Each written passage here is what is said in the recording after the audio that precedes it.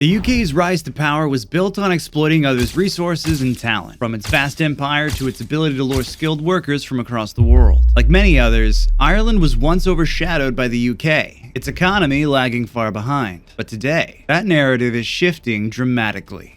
LinkedIn currently employs 2,000 people here and continues to hire. Really pleased to be here today for the official opening of the Velasco building. Despite seeing some of the longest and most severe restrictions, Ireland was the only European Union member country to see economic growth in 2020.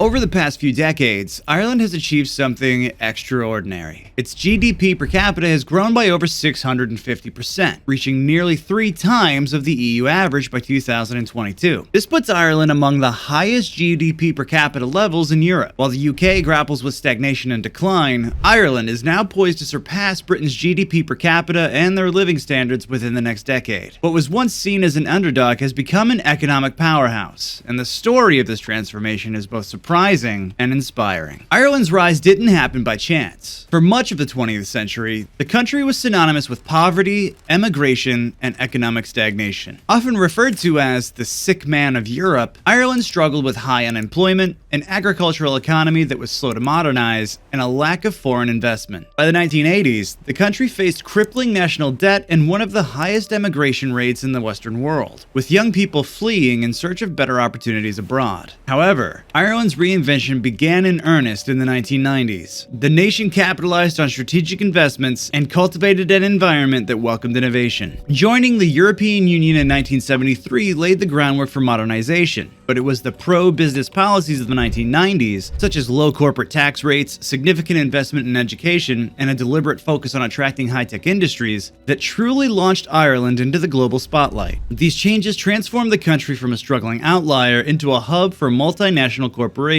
reversing decades of economic hardship. During this period, while the UK leaned heavily on financial services centered in London, Ireland diversified its economy. Today, companies like Google, Apple, and Facebook have made Dublin their European headquarters, further cementing Ireland's position as a tech hub. Before the 1980s, Ireland had a fragmented tax system, with rates as high as 50% and sector-specific incentives like the 10% manufacturing tax rate introduced in 1980. These were replaced with a simplified, low corporate tax rate of 12.5% for trading income, creating a uniform and highly competitive system. The government also implemented the double Irish tax structure, enabling multinationals to shift profits to low or no tax jurisdictions, and introduced incentives like the research and development tax credit to attract innovation. These reforms, combined with favorable tax treaties, made Ireland an irresistible destination for businesses, sparking an influx of major corporations and unprecedented economic growth. But not all of Ireland's success has been without controversy. Critics argue that the country's low corporate tax rates have turned it into a tax haven, drawing criticism from other EU nations and raising ethical questions about the sustainability of this approach. For instance, Apple's €13 billion tax bill dispute with the EU culminated in a significant ruling in September of 2024 when the European Court of Justice mandated Apple to pay the back taxes to Ireland. This landmark decision highlighted the continuing disagreements over Ireland's economic strategy and the EU tax rules. The UK's decision to leave the European Union in 2016 was a turning point that significantly widened the economic and strategic gap between the two nations. While the UK grappled with economic disruption, trade barriers, and rising inequality, Ireland seized the opportunity to become the EU's only remaining English-speaking member state. This unique position allowed Ireland to attract businesses fleeing the Brexit-induced uncertainty. Major financial institutions like Barclays, Citigroup, and Bank of America relocated key operations to Dublin, while tech giants such as Meta and Google expanded their Irish bases. Pharmaceutical leaders, including MSD, also bolstered their presence in Ireland, drawn by the country's stability and continued access to the European single market. This influx of multinational corporations has sparked an economic boom, elevating Ireland's global significance as a business hub and gateway to Europe. In contrast, Brexit has exacerbated long-standing issues in the UK, including labor shortages, trade disruptions, and declined foreign investment. Critical industries have struggled to adapt, with the departure of skilled EU workers leaving gaps in healthcare, agriculture, and logistics. This divergence in fortunes highlights the stark consequences of Brexit, with Ireland thriving as a beneficiary of its neighbors' self-inflicted wounds. The contrast between the two nations is striking. Ireland's consistent economic growth comes from strategic, forward-looking policies, while the UK's struggles are rooted in years of poor economic management and political turmoil. Ireland's government implemented strategic initiatives like investing heavily in education, modernizing infrastructure, and cultivating high-growth industries such as pharmaceuticals and technology. Meanwhile, the UK leaned heavily on financial services, often neglecting its manufacturing and industrial base, leaving entire communities without stable jobs or economic hope. This over-reliance left Britain particularly vulnerable when crises like the 2008 financial collapse exposed systematic weaknesses, disproportionately affecting regions outside London. For much of the 20th century, thousands of Irish people left their homeland for better opportunities in the UK. Today, the trend is reversing. One such story is that of Ivy Gallagher,